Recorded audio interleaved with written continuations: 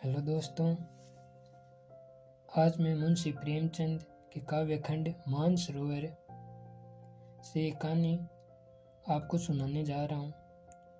और आज से कुछ दिन में ये कहानी आपसे साझा करूँगा। शीर्षक एल्गोजिया। बोला मैं तो ने पहली स्त्री के मर जाने के बाद दूसरी सगाई की तो उसके लड़के रघु के लिए बुरे दिन आ गए। रघु की उम्र उस समय केवल 10 वर्ष की थी। चैन से गांव में गुल्ली डंडा खेलता फिरता था। माँ के आते ही चक्की में जूतना पड़ा। पन्ना रूपवती स्त्री थी और रूप और गर्व में चोली दामन का नाता है। वह अपने हाथों से कोई काम न करती। गोबर रघु निकालता, बेलों को सानी रघु देता, रघु ही जूठे बर्तन मांजता। बोला की आंखें कुछ ऐसी फिरी कि उसे अब रघु में सब बुराइयां नजर आती। पन्ना की बातों को वह प्राचीन मर्यादा अनुसार आंखें बंद करके मान लेता था। रघु की शिकायतों की जरा परवाह न करता। नतीजा यह हुआ कि रघु ने शिकायत करनी ही छोड़ दिया। किसके सामने रोई? बाप ही नहीं, सारा गांव उसका दुश्मन था। बड़ा जिद्दी लड़का है। पन्ना को तो कुछ समझता ही नहीं। बेचारी उसका दुलार करती है, खिलाती पिलाती है। यह उसी का फल है। दूसरी औरत होती तो दिमाग न होता। वह तो कहो, पन्ना इतनी सीधी सादी है कि निभा हो जाता है। सबल की शिकायतें सब सुनते हैं, निर्बल की फरियाद भी कोई नहीं सुनता। रघु की हृदय माँ की ओर से दिन दिन फटता जाता था। यहाँ तक कि 8 साल गुजर गए और एक दिन भोला के नाम भी मृत्यु का संदेश आ पहुंचा। पन्ना के 4 बच्चे थे, 3 बेटे और 1 बेटी। इतना बड़ा खर्च और कमाने वाला कोई नहीं। रघु अब क्यों बात पूछने लगा? यह मानी हुई बात थी। अपनी स्त्री लाएगा और अलग रहेगा। स्त्री आकर और भी आग लगाएगी। पन्ना को चारों ओर अंधेरा ही अंधेरा दिखाई देता था। पर कुछ भी हो, वह रघु की आश्रय बनकर घर में न रहेगी। जिस घर में उसने राज किया उसमें अब लोंडी न बनेगी। जिस लोंडी को अपना गुलाम समझा उसका मुंह तक न ताकेगी। वह सुंदर थी, अवस्था अभी कुछ ऐसी ज्यादा न थी, जवानी अपनी पूरी बहार पर थी। क्या वह कोई दूसरा घर नहीं कर सकती? यह न होगा, लोग हंसेंगे। भला से उसकी बिरादरी में क्या ऐसा होता नहीं? ब्राह्मण ठाकुर थोड़ी ही थी कि नाक कट जाएगी। यह तो उन्हीं ऊंची जातों में होता है कि घर में चाहे जो कुछ करो, बाहर पर्दा ढका रहे। वह तो संसार को दिखाकर दूसरा घर कर सकती है, फिर वह रघु की दबेल बनकर क्यों रहे? भोला को मरे 1 महीना गुजर चुका था। संध्या हो गई थी। पन्ना इसी चिंता में पड़ी हुई थी कि सहसा उसे ख्याल आया, लड़के घर में नहीं है। यह बेलों के लौटने की बेला है, कहीं कोई लड़का उनके नीचे ना आ जाए। अब द्वार पर कौन है जो उनकी देखभाल करेगा? रघु को मेरे लड़के फूटी आंखों नहीं पाते, कभी हंसकर नहीं बोलता। घर से बाहर निकली तो देखा रघु सामने झोंपड़े में बैठा ऊख की गंडेरिया बना रहा है। लड़के उसे घेरे खड़े हैं और छोटी लड़की उसकी गर्दन में हाथ डाले उसकी पीठ पर सवार होने की चेष्टा कर रही है। पन्ना को अपनी आंखों पर विश्वास न आया। आज तो यह नई बात है। शायद दुनिया को दिखाता है कि मैं अपने भाइयों को कितना चाहता हूँ और मन में छुरी रखी हुई है। घात मिले तो जान ही ले ले। काला सांप है, काला सांप। कठोर स्वर में बोली, तुम सब के सब वहाँ क्या करते हो? घर में आओ, सांझ की बेला है, गोरू आते होंगे। रघु ने विनीत नेत्रों से कहा, मैं तो हूँ ही काकी, डर किस बात का है? बड़ा लड़का केदार बोला, काकी, रघु दादा ने हमारे लिए 2 गाड़ियां बना दी है। ये देख, एक पर हम और खुन्नू बैठेंगे, दूसरी पर लक्ष्मण और जूनिया। दादा दोनों गाड़ियां खींचेंगे। यह कहकर वह एक कोने से 2 छोटी छोटी गाड़ियां निकाल लाया। 4 4 पहिए लगे थे, बैठने के लिए तख्ते और रोक के लिए दोनों तरफ बाजू थे। पन्ना ने आश्चर्य से पूछा, ये गाड़ियाँ किसने बनाई? केदार ने चिढ़कर कहा, रघु दादा ने बनाई है, और किसने? भगत के घर से बसुला और रूखा ने मांग लाई और चटपट बना दी।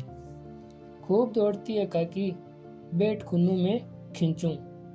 खुन्नू गाड़ी में बैठ गया। केदार खींचने लगा। चर चर शोर हुआ, मानो गाड़ी भी इस खेल में लड़कों के साथ शरीक है।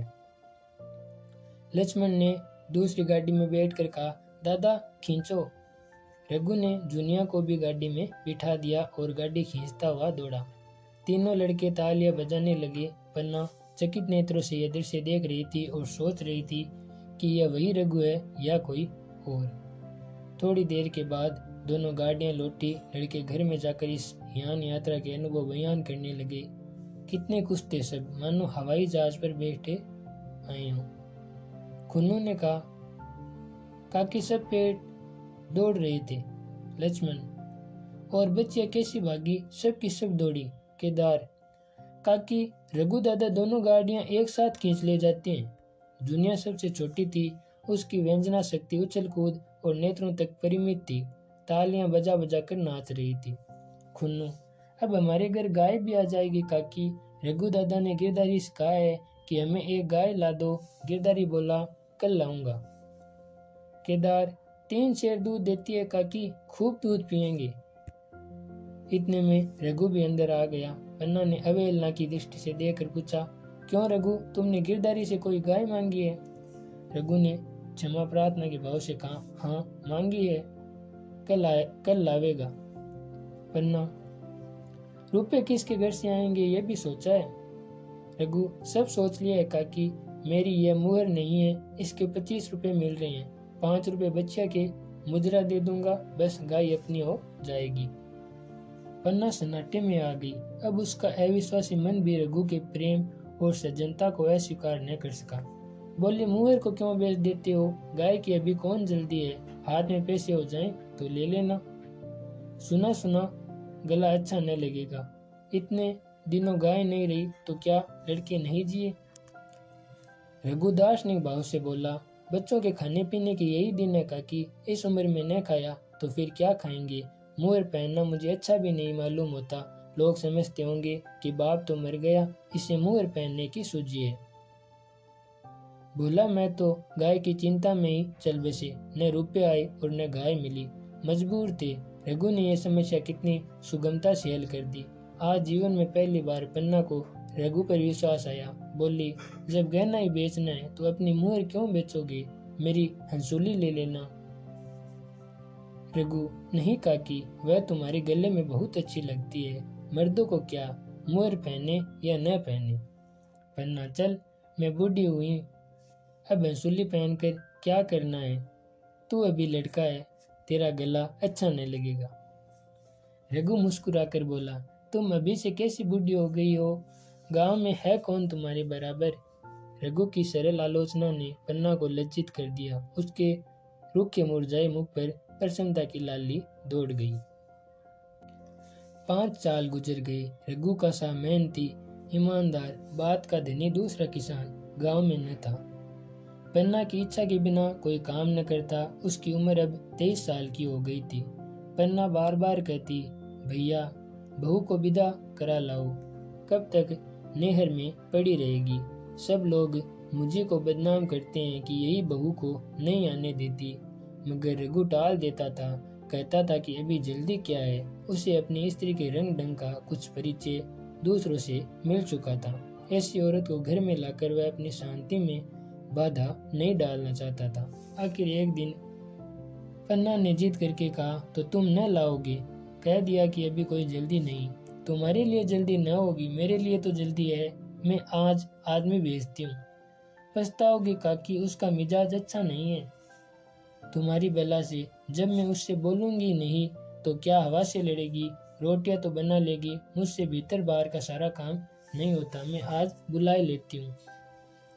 बुलाना चाहती हो बुला लो, मगर फिर यह न कहना कि अब महरिया को ठीक नहीं करता, उसका गुलाम हो गया।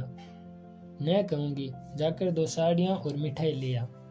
तीसरे दिन मूलिया मैके से आ गई। दरवाजे पर नगाड़े बजे। शहनाइयों की मधुर ध्वनि आकाश में गूंजने लगी। मुंह दिखावे की रस्म अदा हुई। वह इस मरुभूमि में निर्मल जलधारा थी। गेहुआ रंग था, बड़ी बड़ी नोकीली पलकें, कपोलों पर हल्की सुर्खी, आंखों में प्रबल आकर्षण। रघु उसे देखते ही मंत्रमुग्ध हो गया। प्रातःकाल पानी का घड़ा लेकर चलती, तब उसका गेहुआ रंग प्रभात की सुनहरी किरणों से कुंदन हो जाता, मानो उस अपनी सारी सुगंध, सारा विकास और उन्माद लिए मुस्कुराती चली जाती हो। मूलिया मैके से ही जली भुनी आई थी। मेरा सुअर छाती फाड़कर काम करे और पन्ना रानी बनी बैठी रही। उसके लड़के रईसजादे बने घूमे। मूलिया से यह बर्दाश्त न होगा। वह किसी की गुलामी न करेगी। अपने लड़के तो अपने होते ही नहीं, भाई किसके होते हैं। जब तक पर नहीं निकलते हैं, रघु को घेरे हुए हैं। जो ही जरा सयाने हुए पर झाड़कर निकल जाएंगे, बात भी न पूछेंगे। एक दिन उसने रघु से कहा, तुम्हें इस तरह गुलामी करनी हो तो करो, मुझसे न होगी। रघु, तो फिर क्या करूं, तू ही बता। लड़के तो अभी घर का काम करने लायक भी नहीं है। मूलिया, लड़के रावत के हैं, कुछ तुम्हारे नहीं है। यही पन्ना है जो तुम्हें दाने दाने को तरसाती थी। सब सुन चुकी हूँ। मैं लौंडी बनकर न रहूंगी। रुपए पैसे का मुझे हिसाब नहीं मिलता। न जाने तुम क्या लाती हो और वह क्या करती है। तुम समझते हो रुपए घर ही में तो है, मगर देख लेना तुम्हें जो एक फूटी कौड़ी भी मिले। रघु, रुपए पैसे तेरे हाथ में देने लगूं तो दुनिया क्या कहेगी, ये तो सोच। मूलिया, दुनिया जो चाहे कहे, दुनिया के हाथों बिकी नहीं हूँ। देख लेना, भाड़ लीप कर हाथ काला ही रहेगा।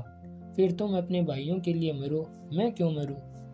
रघु ने कुछ जवाब न दिया। उसे जिस बात का भय था वह इतनी जल्दी सिर पर आ पड़ी। अब अगर उसने बहुत तत्व थम्बो किया तो साल 6 महीने और काम चलेगा। बस आगे ये डोंगा चलता नजर नहीं आता। बकरे की माँ कब तक खीर बनाएगी। एक दिन पन्ना ने महुए का सुखावन डाला। बरसात शुरू हो गई थी। बखार में अनाज गीला हो रहा था। मूलिया से बोली, बहू जरा देखती रहना, मैं तालाब से नहा आऊं। मूलिया ने लापरवाही से कहा, मुझे नींद आ रही है, तुम बैठ कर देखो। एक दिन न नहाओगी तो क्या होगा। पन्ना ने साड़ी उतार कर रख दी, नहाने न गई। मूलिया का वार खाली गया। कई दिन के बाद एक शाम को पन्ना धान रोप कर लौटी। अंधेरा हो गया था। दिन भर की भूखी थी। आशा थी बहू ने रोटी बना रखी होगी, मगर देखा तो यहाँ चूल्हा ठंडा पड़ा हुआ था और बच्चे मारे भूख के तड़प रहे थे। पन्ना ने आहिस्ता से पूछा, आज अभी चूल्हा नहीं जला? केदार ने कहा, आज दोपहर को भी चूल्हा नहीं जला काकी, भाभी ने कुछ बनाया ही नहीं। पन्ना, तो तुम लोगों ने खाया क्या? केदार, कुछ नहीं, रात की रोटियां थी, कुन्नू और लक्ष्मण ने खाई, मैंने सत्तू खा लिया। पन्ना, और बहू? केदार, वह पड़ी सो रही है, कुछ नहीं खाया। पन्ना ने उसी वक्त चूल्हा जलाया और खाना बनाने बैठ गई। आटा गूंथती थी और रोती थी, क्या नसीब है, दिन भर खेत में जली, घर आई तो चूल्हे के सामने जलना पड़ा। केदार का 14वां साल था। भाभी के रंग ढंग देखकर सारी स्थिति समझ रहा था। बोला, काकी, भाभी अब तुम्हारे साथ रहना नहीं चाहती। पन्ना ने चौंक कर पूछा, क्या कुछ कहती थी? केदार, कहती कुछ नहीं थी, मगर है उसके मन में यही बात। फिर तुम क्यों नहीं उसे छोड़ देती? जैसे चाहे रहे, हमारा भी भगवान है। पन्ना ने दांतों से जीभ दबाकर कहा, चुप, मेरे सामने ऐसी बात भूलकर भी न कहना। रघु तुम्हारा भाई नहीं, तुम्हारा बाप है। मूलिया से कभी बोलोगे तो समझ लेना जहर खा लूंगी। दशहरे का त्योहार आया। इस गांव से कोस भर एक पूर्व में मेला लगता था। गांव के सब लड़के मेला देखने चले। पन्ना भी लड़कों के साथ चलने को तैयार हुई, मगर पैसे कहाँ से आए? कुंजी तो मूलिया के पास थी। रघु ने आकर मूलिया से कहा, लड़के मेले जा रहे हैं, सबों को 2-2 पैसे दे दो। मूलिया ने त्योरियां चढ़ाकर कहा, पैसे घर में नहीं है। रघु, अभी तो तेलहन बिका था, क्या इतनी जल्दी रुपए उठ गए? मूलिया, हाँ उठ गए। रघु, कहाँ उठ गए, जरा सुनूं। आज त्योहार के दिन लड़के मेला देखने न जाएंगे? मूलिया, अपनी काकी से कहो पैसे निकाले, गाड़ कर क्या करेगी। खूंटी पर कुंजी लटक रही थी। रघु ने कुंजी उतारी और चाहा कि संदूक खोले, कि मूल्या ने उसका हाथ पकड़ लिया और बोली, कुंजी मुझे दे दो, नहीं तो ठीक न होगा। खाने पहनने को भी चाहिए, कागज किताब को भी चाहिए, उस पर मेला देखने को भी चाहिए। हमारी कमाई इसलिए नहीं है कि दूसरे खाएं और मुँहों पर ताव दें। पन्ना ने रघु से कहा, भैया पैसे क्या होंगे, लड़के मेला देखने न जाएंगे। रघु ने झिड़क कर कहा, मेला देखने क्यों न जाएंगे, सारा गांव जा रहा है, हमारे ही लड़के न जाएंगे। यह कहकर रघु ने अपना हाथ छुड़ा लिया और पैसे निकाल कर लड़कों को दे दिए। मगर कुंजी जब मूल्या को देने लगा तब उसने उसे आंगन में फेंक दिया और मुंह लपेट कर लेट गई। लड़के मेला देखने न गए। इसके बाद 2 दिन गुजर गए। मूल्या ने कुछ नहीं खाया और पन्ना भी भूखी रही। रघु कभी इसे मनाता कभी उससे, पर न यह उठती न वह। आखिर रघु ने हैरान होकर मूल्या से पूछा, कुछ मुंह से तो कह, चाहती क्या है। मूल्या ने धरती को संबोधित करके कहा, मैं कुछ नहीं चाहती, मुझे मेरे घर पहुंचा दो। रघु, अच्छा उठ, बना खा पहुंचा दूंगा। मूल्या ने रघु की ओर आंखें उठाई। रघु उसकी सूरत देखकर डर गया। वह माधुर्य, वह मोहकता, वह लावण्य गायब हो गया था। दांत निकल आए थे, आंखें फट गई थी और नथुने फड़क रहे थे। अंगारे किसी लाल आंखों से देखकर बोली, अच्छा तो काकी ने यह सलाह दी है, यह मंत्र पढ़ाया है, तो यहाँ ऐसी कच्ची नहीं हूँ, तुम दोनों की छाती पर मूंग दलूंगी। ओ किस पैर में। रघु, अच्छा तो मूंग ही दल लेना, कुछ खा पी लेगी तभी तो मूंग दल सकेगी।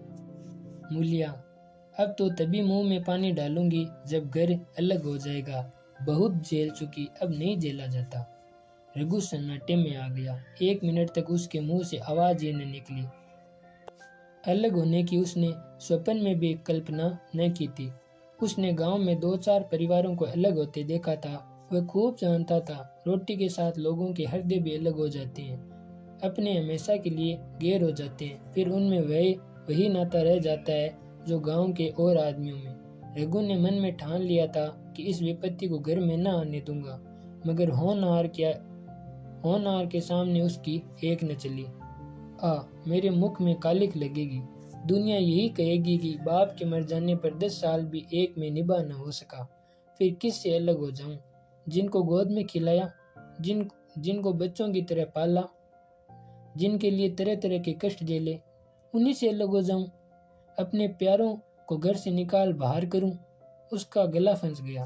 कामते हुए स्वर में बोला, तू क्या चाहती है कि मैं अपने भाइयों से अलग हो जाऊं? भला सोच तो, कहीं मुंह दिखाने लायक रहूंगा? मूल्या, तो मेरा इन लोगों के साथ निभा न होगा। रघु, तो तू अलग हो जा, मुझे अपने साथ क्यों घसीटती है? मूल्या, तो मुझे क्या तुम्हारे घर से मिठाई मिलती है? मेरे लिए क्या संसार में जगह नहीं है? रघु, तेरी जैसी मर्जी, जहाँ चाहे रहे, मैं अपने घर वालों से अलग नहीं हो सकता। जिस दिन इस घर में 2 चूल्हे जलेंगे उस दिन मेरे कलेजे के 2 टुकड़े हो जाएंगे। मैं यह चोट नहीं सह सकता। तुझे जो तकलीफ हो वह मैं दूर कर सकता हूँ। माल असबाब की मालकिन तू ही है, अनाज पानी तेरे हाथ है, अब रह क्या गया है? अगर कुछ काम धंधा करना नहीं चाहती मत कर। भगवान ने मुझे समाई दी होती तो मैं तुझे तिनका तक उठाने न देता। तेरे ये सुकुमार हाथ पांव मेहनत मजदूरी करने के लिए बनाई ही नहीं गए हैं, मगर क्या करूं, अपना कुछ बस ही नहीं है। फिर भी तेरा जी कोई काम करने का न चाहे मत कर, मगर मुझसे अलग होने को न कर, तेरे पैरों पड़ता हूँ। मूल्या ने सिर से आंचल खिसकाया और जरा समीप आकर बोली, मैं काम करने से नहीं डरती, न बैठे बैठे खाना चाहती हूँ, मगर मुझसे किसी की धौंस नहीं सही जाती। तुम्हारी काकी घर का काम काज करती है तो अपने लिए करती है, अपने बाल बच्चों के लिए करती है, मुझ पर कुछ एहसान नहीं करती, फिर मुझ पर धौंस क्यों जमाती है? उन्हें अपने बच्चे प्यारे होंगे, मुझे तो तुम्हारा आसरा है। मैं अपनी आंखों से यह नहीं देख सकती कि सारा घर तो चैन करे, जरा जरा से बच्चे तो दूध पिए, और जिसके बलबूते पर गृहस्थी बनी हुई है वह मट्ठे को तरसे, कोई उसका पूछने वाला न हो। जरा अपना मुंह तो देखो, कैसी सूरत निकल आई है। औरों के तो 4 बरस में अपने पट्टे तैयार हो जाएंगे, तुम तो 10 साल में खाट पर पड़ जाओगे। बैठ जाओ, खड़े क्यों हो? क्या मार कर भागोगे? मैं तुम्हें जबरदस्ती न बांध लूंगी, या मालकिन का हुक्म नहीं है। सच कहूँ तुम बड़े कटकलेजी हो, मैं जानती ऐसे निर्मोहियों से पाला पड़ेगा तो इस घर में भूल से ना आती, आती भी तो मन न लगाती, मगर अब तो मन तुझसे लग गया है। घर भी जाऊं तो मन यहीं रहेगा और तुम जो हो मेरी बात नहीं पूछते। मूलिया की ये रसीली बातें रघु पर कोई असर न डाल सकी।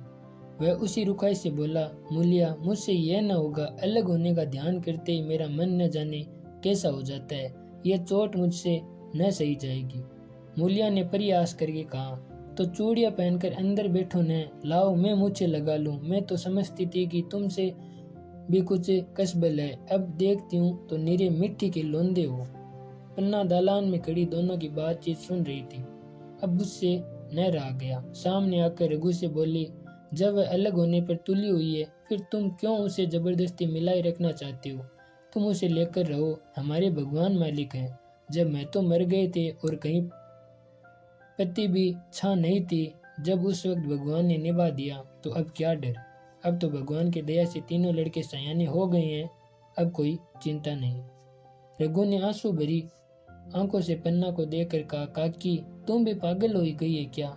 जानती नहीं, 2 रोटियां होते ही 2 मन हो जाते हैं। पन्ना, जब वह मानती नहीं तब तुम क्या करोगे? भगवान की मर्जी होगी तो कोई क्या करेगा। प्रारब्ध में जितने दिन एक साथ रहना लिखा था उतने दिन रहे, अब उसकी यही मर्जी है तो यही सही। तुमने मेरे बाल बच्चों के लिए जो कुछ किया मैं भूल नहीं सकती। तुमने इनके सिर हाथ न रखा होता तो आज इनकी न जाने क्या गति होती, न जाने किसके द्वार पर ठोकरें खाते होते, न जाने कहां कहां भीख मांगते फिरते। तुम्हारा जस मरते दम तक गाऊंगी। अगर मेरी खाल तुम्हारे जूते बनाने के काम आए तो खुशी से दे दूं, चाहे तुमसे अलग हो जाऊं, पर जिस घड़ी पुकारोगे कुत्ते की तरह दौड़ी आऊंगी। यह भूलकर भी न सोचना कि तुमसे अलग होकर मैं तुम्हारा बुरा चेतूंगी। जिस दिन तुम्हारा अनबल मेरे मन में आएगा उस दिन विष खाकर मर जाऊंगी। भगवान करे तुम दूधो ना हो पूतो पलो, मरते दम तक यही असीम आशीष मेरे रोए रोए से निकलती रहेगी। और अगर लड़के भी अपने बाप के हैं तो मरते दम तक तुम्हारे पोस मानेंगे। यह कहकर पन्ना रोती हुई वहां से चली गई। रघु वहीं मूर्ति की तरह बैठा रहा। आसमान की ओर टकटकी लगी थी और आंखों से आंसू बह रहे थे। पन्ना की बातें सुनकर मूलिया समझ गई कि अपने ओ बार हैं। चटपट उठी, घर में झाड़ू लगाए, चूल्हा जलाया और कुएं से पानी लाने चली। उसकी टेक पूरी हो गई थी। गांव में स्त्रियों के 2 दल होते हैं, एक बहुओं का, दूसरा सासों का। बहुएं सलाह और सहानुभूति के लिए अपने दल में जाती है, सासें अपने में। दोनों की पंचायतें अलग अलग होती है। मूलिया को कुएं पर 2-3 बहुएं मिल गई। एक से पूछा, आज तो तुम्हारी बुढ़िया बहुत रोद हो रही थी। मूलिया ने विजय के गर्व से कहा, इतने दिनों से घर की मालकिन बनी हुई है, राजपाट छोड़ते किसी अच्छा लगता है। बहन, मैं उनका बुरा नहीं चाहती, लेकिन एक आदमी की कमाई में कहाँ तक बरकत होगी। मेरे भी तो यही खाने पीने पहनने ओढ़ने के दिन है। अभी उनके पीछे मरो, फिर बाल बच्चे हो जाए उनके पीछे मरो, सारी जिंदगी रोते ही कट जाए। एक बहू बुढ़िया यही चाहती है कि यह सब जन्म भर लोंडी बनी रहे, मोटा जोटा खाए और पड़ी रहे। दूसरी बहू, किस भरोसे पर कोई मरे, अपने लड़के तो बात नहीं पूछे, पराये लड़कों का क्या भरोसा, कल इनके हाथ पैर हो जाएंगे, फिर कौन पूछता है। अपनी अपनी महरियों का मुंह देखेंगे, पहले से ही फटकार देना अच्छा है, फिर तो कोई कलंक न होगा। मूलिया पानी लेकर गई, खाना बनाया और रघु से बोली, जाओ नहा आओ, रोटी तैयार है। रघु ने मानो सुना ही नहीं, सिर पर हाथ रखकर द्वार की तरफ ताकता रहा। मूलिया, क्या कहती हूँ, कुछ सुनाई देता है? रोटी तैयार है, जाओ नहा आओ। रघु, सुन तो रहा हूँ, क्या बहरा हूँ? रोटी तैयार है तो जाकर खा ले, मुझे भूख नहीं है। मूलिया ने फिर नहीं कहा, जाकर चूल्हा बुझा दिया, रोटियां उठाकर छिंके पर रख दी और मुंह ढाकर लेट रही। जरा देर में पन्ना आकर बोली, खाना तैयार है, नहा धोकर खा लो, बहू भी भूखी होगी। रघु ने झुंझलाकर कहा, काकी तुम घर में रहने देगी कि मुंह में काली लगाकर कहीं निकल जाऊं? खाना तो खाना ही है, आज न खाऊंगा कल खाऊंगा, लेकिन अभी मुझसे न खाया जाएगा। केदार क्या अभी मदरसे से नहीं आया? पन्ना, अभी तो नहीं आया, आता ही होगा। पन्ना समझ गई कि जब तक वह खाना बनाकर लड़कों को न खिलाएगी और खुद न खाएगी रघु न खाएगा। इतना ही नहीं, उसे रघु से लड़ाई करनी पड़ेगी, उसे जली कटी सुनानी पड़ेगी, उसे यह दिखाना पड़ेगा कि मैं ही उससे अलग होना चाहती हूँ, नहीं तो वह इसी चिंता में घुल घुल कर प्राण दे देगा। यह सोचकर उसने अलग चूल्हा जलाया और खाना बनाने लगी। इतने में केदार और खुन्नू मदरसे से आ गई।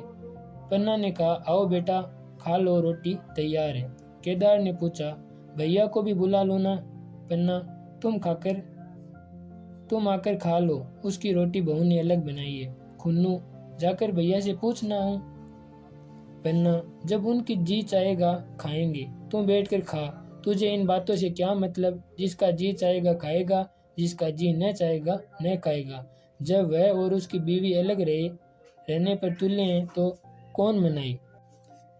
केदार, तो क्यों अम्मा जी, क्या हम अलग घर में रहेंगे? पन्ना, उनका जी चाहे एक घर में रहे, जी चाहे आंगन में दीवार डाल ले। खुन्नू ने दरवाजे पर आकर झांका। सामने पूस की झोंपड़ी थी। वहीं खाट पर पड़ा रघु नारियल पी रहा था।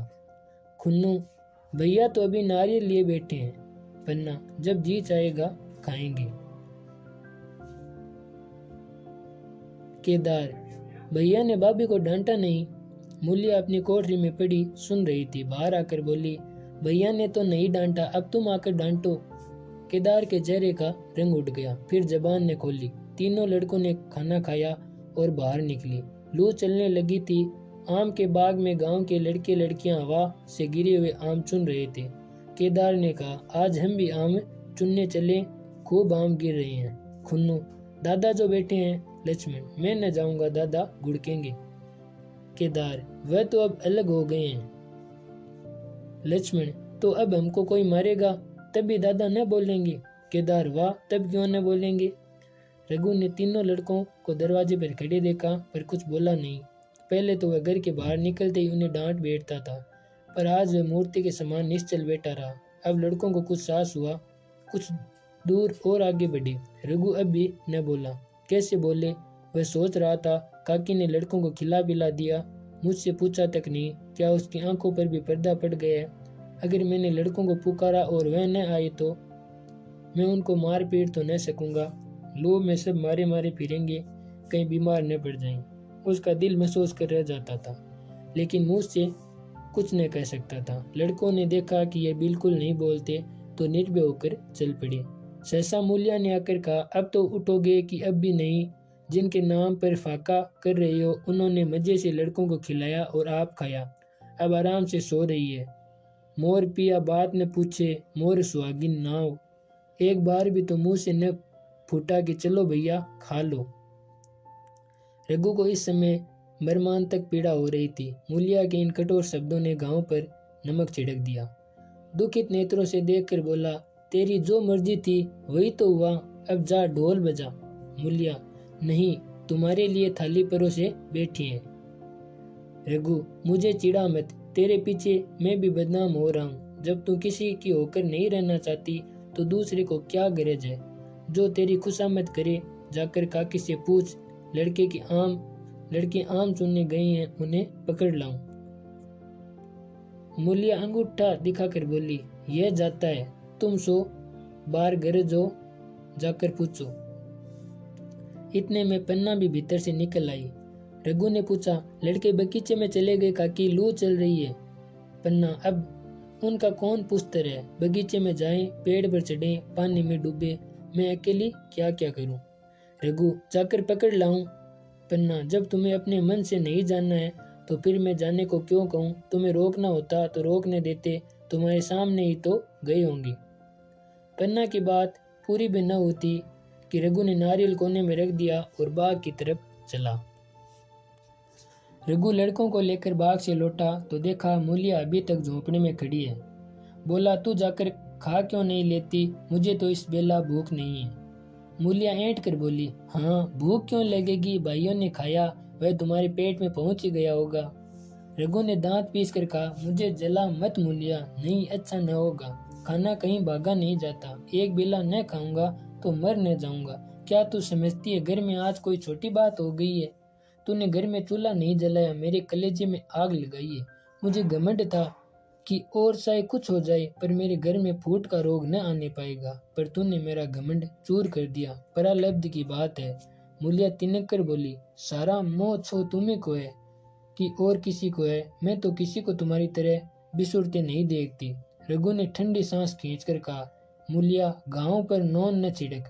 तेरे ही कारण मेरी पीठ में धूल लग रही है। मुझे इस गृहस्थी का मोह न होगा तो किसे होगा? मैंने ही तो इसे मरमर जोड़ा। जिनको गोद में खिलाया वहीं अब मेरे पट्टीदार होंगे। जिन बच्चों को मैं डांटता था उन्हें आज कड़ी आंखों से भी नहीं देख सकता।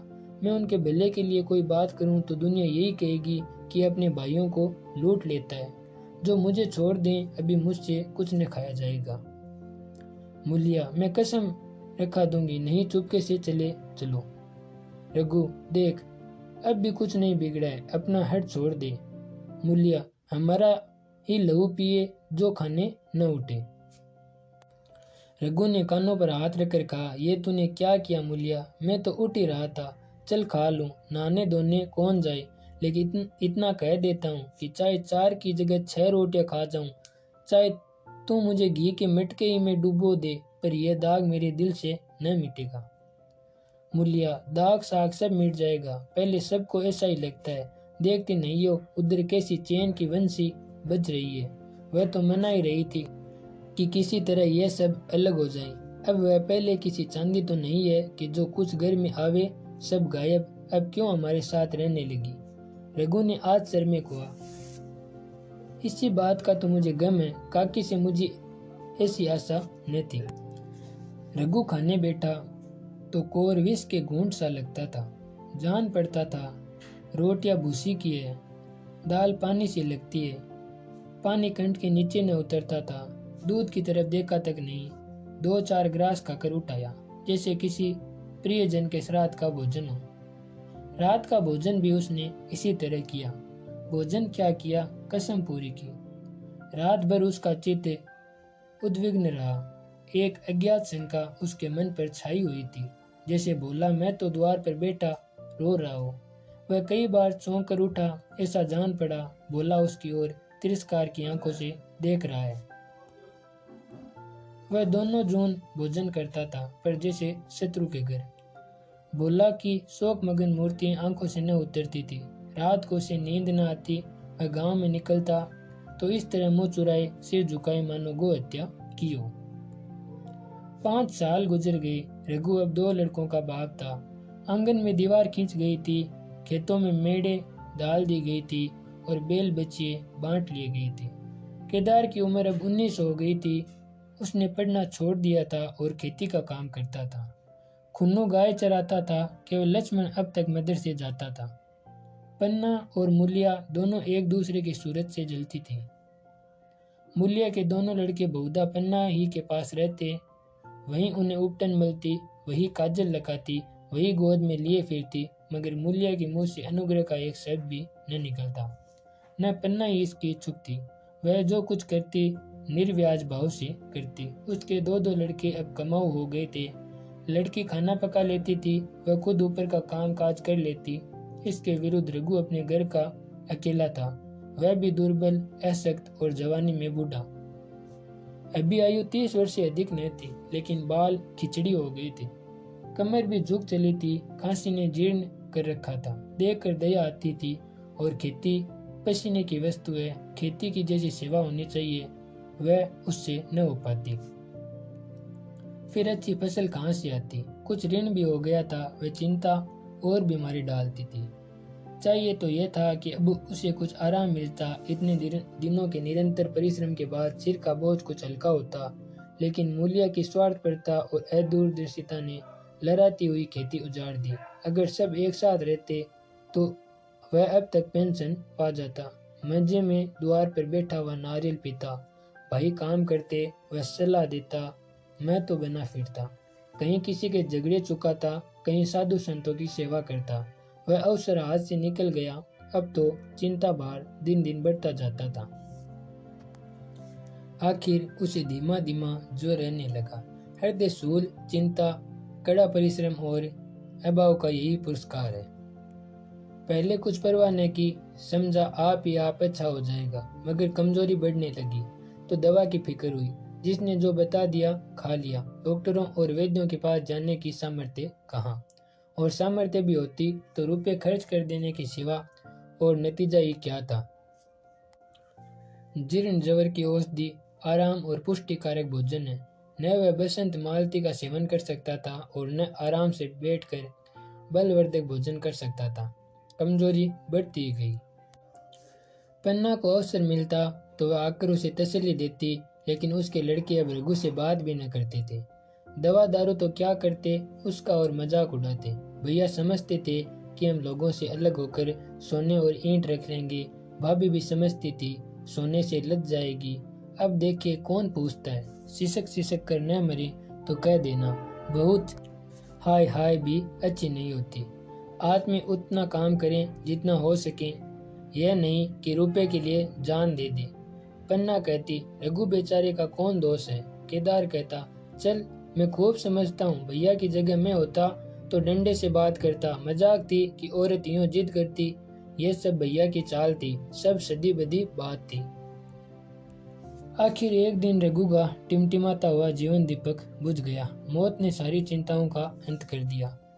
अंत समय उसने केदार को बुलाया था, पर केदार को ऊख में पानी देना था। डरा कहीं दवा के लिए न बेच दे, बहाना बना दिया। मूलिया का जीवन अंधकार में हो गया। जिस भूमि पर उसने मनसूबों की दीवार खड़ी की थी वह नीचे से खिसक गई थी। जिस खूंटे के बल पर वह उछल रही थी वह उखड़ गया था। गांव वालों ने कहना शुरू किया, ईश्वर ने कैसी तत्काल दंड दिया। बेचारी मारी लाज के अपने दोनों बच्चों को लिए रोया करती।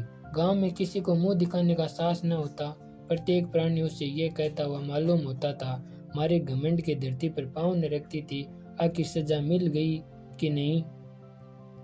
अब इस घर में कैसे निर्वाह होगा, वह किसके सहारे रहेगी, किसके बल पर खेती होगी। बेचारा रघु बीमार था, दुर्बल था, पर जब तक जीता रहा अपना काम करता रहा।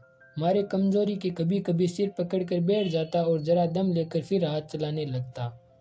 सारी खेती तहस नहस हो रही थी, उसे कौन संभालेगा। अनाज की ठांडे खलियान में पड़ी थी, उख अलग सूख रही थी। वह अकेली क्या क्या करेगी। फिर सिंचाई अकेले आदमी का तो काम नहीं, तीन तीन मजदूर को कहाँ से लाई। गांव में मजदूर थे ही कितने। आदमियों के लिए खींचातानी हो रही थी, क्या करी क्या न करी। इस तरह 13 दिन बीत गए। क्रियाक्रम से छुट्टी मिली। दूसरे ही दिन सवेरे मूलिया ने दोनों बालकों को गोद में उठाया और अनाज मारने चली। खलियान में पहुंचकर उसने एक को तो पेड़ के नीचे घास के नरम बिस्तर पर सुला दिया और दूसरे को वहीं बैठाकर अनाज मारने लगी। बैलों को हाँकती थी और रोती थी। क्या इसीलिए भगवान ने उसको जन्म दिया था। देखते देखते क्या सी क्या हो गया। इन्हीं दिनों पिछले साल भी अनाज मांडा गया था। वह रघु के लिए लोटे में शरबत और मटर की घूंघनी लेकर आई थी। आज कोई उसके न आगे है न पीछे, लेकिन किसी की लोंडी तो नहीं हूँ। उसे अलग होने का अब भी पछतावा न था। एकाएक छोटे बच्चे का रोना सुनकर उसने उधर ताका तो बड़ा लड़का उसे चूम कार कर कह रहा था, भैया चुप रहो चुप रहो। धीरे धीरे उसके मुंह पर हाथ फेरता था और चुप कराने के लिए विकल था। जब बच्चा किसी तरह न चुप हुआ तो वह खुद उसके पास लेट गया और उसे छाती से लगाकर प्यार करने लगा। मगर जब यह प्रयत्न भी सफल न हुआ तो वह रोने लगा। उसी समय पन्ना दौड़ी आई और छोटे बालक को गोद में उठाकर प्यार करती हुई बोली, लड़कों को मुझे क्यों न दे आई बहू। हाय हाय, बेचारा धरती पर पड़ा लौट रहा है। जब मैं मर जाऊं तो चाहे जो करना, अभी तो जीती हूँ। अलग हो जाने से बच्चे तो नहीं अलग हो गए। मूलिया ने कहा, तुम्हें भी तो छुट्टी नहीं थी अम्मा, क्या करती। पन्ना, तो तुझे यहाँ आने की ऐसी क्या जल्दी थी। डांट मान न जाती। 3 दिन लड़के तो हैं और किस दिन काम आएंगे। केदार तो कल ही मारने को कह रहा था, पर मैंने कहा पहले ऊख में पानी दे लो फिर आज मारना। मंडाई तो 10 दिन बाद भी हो सकती है। ऊख की सिंचाई न हुई तो सूख जाएगी। कल से पानी चढ़ा हुआ है, परसों तक खेत पुर जाएगा, तब मंडाई हो जाएगी। तुझे विश्वास न आएगा, जब से भैया मरी हैं केदार को बड़ी चिंता हो गई है। दिन में 100 बार पूछता है, भाभी बहुत रोती तो नहीं है। देख लड़के भूखे तो नहीं है। कोई लड़का रोता है तो दौड़ आता है। देख अम्मा क्या हुआ, बच्चा क्यों रोता है। कल रोककर बोला, अम्मा मैं जानता कि भैया इतनी जल्दी चले जाएंगे तो उनकी कुछ सेवा कर लेता। कहाँ जगह जगह उठता था। अब देखती हो पहर रात से उठकर काम में लग जाता है। खुन्नू कल जरा सा बोला, पहले हम अपनी उख में पानी दे लेंगे तब भैया की उख में देंगे।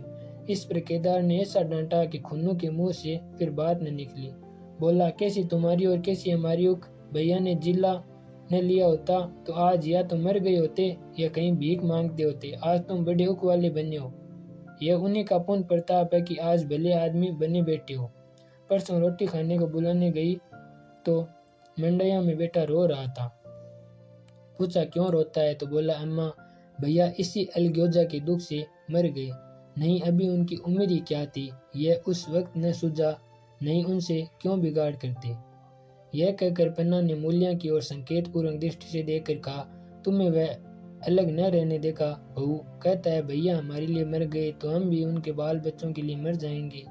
मूल्य की आंखों से आंसू जारी थे। पन्ना की बातों में आज सच्ची वेदना, सच्ची सांत्वना, सच्ची चिंता भरी हुई थी। मूल्य का मन कभी उसकी ओर इतना आकर्षित न हुआ था जिनसे उसे व्यंग और प्रतिकार का भय था। वे इतने दयालु, इतने शुभेच्छु हो गए थे। आज पहली बार उसे अपनी स्वार्थपरता पर लज्जा आई। पहली बार आत्मा ने अलगोजे पर धिक्कारा। इस घटना को वे 5 साल गुजर गए। पन्ना आज बूढ़ी हो गई है। केदार घर का मालिक है, मूल्य घर की मालकिन है। खुन्नू और लक्ष्मण के विवाह हो चुके हैं मगर केदार अभी तक कंवारा है। कहता है मैं विवाह न करूंगा। कई जगहों से बातचीत हुई, कई सगाइयां आई पर उसने हामी न भरी।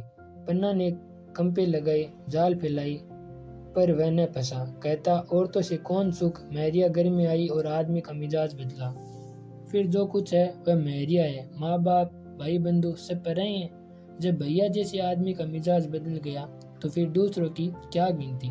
2 लड़के भगवान के दिए हैं और क्या चाहिए। बिना ब्याह के लिए किए 2 बेटे मिल गए, इससे बढ़कर और क्या होगा। जिसे अपना समझो वह अपना है, जिसे गैर समझो वह गैर है। एक दिन पन्ना ने कहा, तेरा वंश कैसे चलेगा? केदार, मेरा वंश तो चल रहा है, दोनों लड़कों को अपना ही समझता हूँ। पन्ना, समझने ही पर है तो तुम मूल्य को भी अपनी महरिया समझता होगा। केदार ने झेमते हुए कहा, तुम तो गाली देती हो अम्मा। पन्ना, गाली कैसी, तेरी भाभी ही तो है।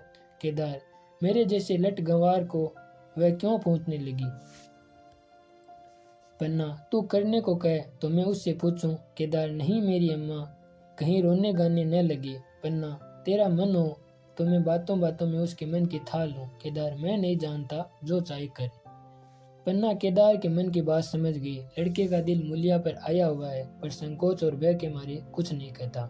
उसी दिन उसने मूल्य से कहा, क्या करूं बहू, मन की लालसा मन में ही रह जाती है। केदार का घर भी बच जाता तो मैं निश्चित हो जाती। मूल्य, वह तो करने को ही नहीं कहते। पन्ना कहता है ऐसी औरत मिले जो घर में मेल से रहे तो कर लूं। मूल्य, ऐसी औरत कहाँ मिलेगी, कहीं ढूंढो। पन्ना, मैंने तो ढूंढ लिया है। मूल्य, सच, किस गांव की है?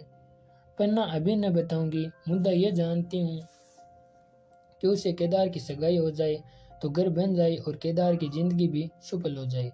न जाने लड़की मानेगी कि नहीं। मूल्य, मानेगी क्यों नहीं अम्मा, ऐसा सुंदर कमाऊ सुशील वर और कहाँ मिल जाता है। उस जन्म का कोई साधु महात्मा है, नहीं तो लड़ाई झगड़े के डर से कौन बिन ब्याह रहता है। कहाँ रहती है, मैं जाकर उसे मना लाऊंगी। पन्ना, तू चाहे तो उसे मना ले, तेरे ही ऊपर है। मूल्य, मैं आज ही चली जाऊंगी अम्मा, उसके पैरों पड़कर मना लाऊंगी। पन्ना, बता दूं वह तू ही है। मूल्य लज्जा कर बोली, तुम तो अम्मा जी गाली देती हो। पन्ना, गाली कैसी, देवरी तो है। मूल्य, मुझे जैसी बुढ़िया को वह क्यों पूछेंगे। पन्ना, वह तुझी पर दांत लगाए बैठा है, तेरे सिवा कोई और उसे बाती नहीं। डर के मारे कहता नहीं पर उसके मन की बात मैं जानती हूँ। वैधव्य के शोक से मुरझाया हुआ मूल्य का पीत वदन कमल की भांति अरुण हो उठा। 10 वर्षों में जो कुछ खोया था वह इसी एक क्षण में मानो ब्याज के साथ मिल गया। वही लावण्य, वही विकास, वही आकर्षण, वही सोच।